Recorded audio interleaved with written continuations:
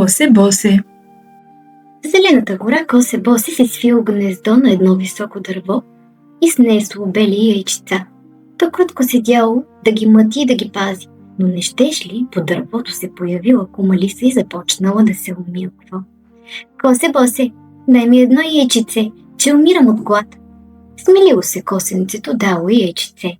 На другия ден лисицата пак дошла.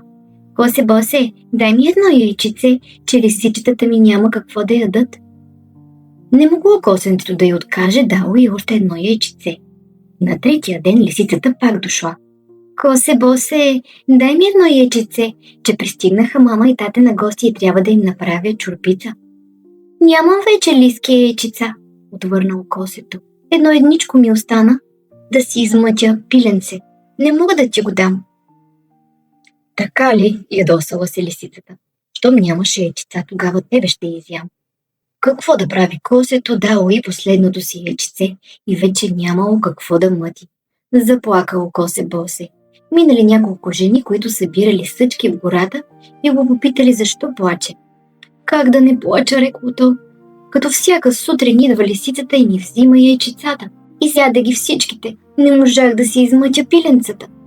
А сега, като нямам вече какво да й дам, мене ще изяде. Тогава те му казали: не плачи, Косе босе, ние имаме едно страшно куче, ще го заровиме и тук в шумата по дървото. Като дойде лисицата, ти й кажи: нямам лиски яйчица, ама има една кокошчица. Ей там лежи скрита в шумата. Не я вземи и всяка сутрин ще ти снася яйчица. Послушало ги косето. Дошла пак лисицата и се примолила: Косе босе, дай ми едно яйчице. А то отвърнал: нямам лиски яйчица, ама имам една кокошчица. Ей там лежи скрита в шумата. Не я вземи и всяка сутрин ще ти снася яйца. Чула това лисицата, зарадвала се и отишла да рови шумата. И като изскочила оттам онова страшно куче, нахвърлило и се да я изяде. Пукнала тя през гората, а кучето тича след нея, ще я разкъса. Тя бяга, той я гони. Тя бяга, той я гони. Като стигнала до хралупата си, лиса се шмугнала в дупката и се скрила. Тогава кучето седнало отвън да я чака. Подвила лиса крака и доволно продумала: вие, краченца, как викахте, като ни гонеше кучето? Беш лиски да бягаме, беш лиски да бягаме, обадили се крачетата й. Милите ми, как и ни краченца, как ще им купи нови бутуши? Ами вие, ръчици, как викахте, като ни гонеше кучето? Беш лиски да бягаме, беш лиски да бягаме, отвърнали ръцете й. Милите ми, как и ни ръчички, как ще им купи нови гривнички? А вие, ученца, как викахте, като ни гонеше кучето?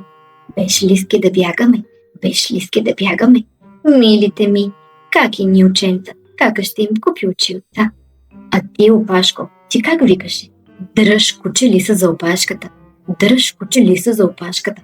Така ли? Ядосала се лисицата и се заканяла на опашката, за да я сплаши. И я да те дам аз на кучето да те откъсне, и като не знаела, че кучето дебне отвън, подала опашката си от хралупата. Кучето само това чакало, захапало я здраво и задърпало със все сила. Тя тегли навътре, то тегли навън. Тя тегли навътре, то тегли навън. Измъкнал я подира от хралупата и разкъсал. Така Косе босе се избавил от лисицата.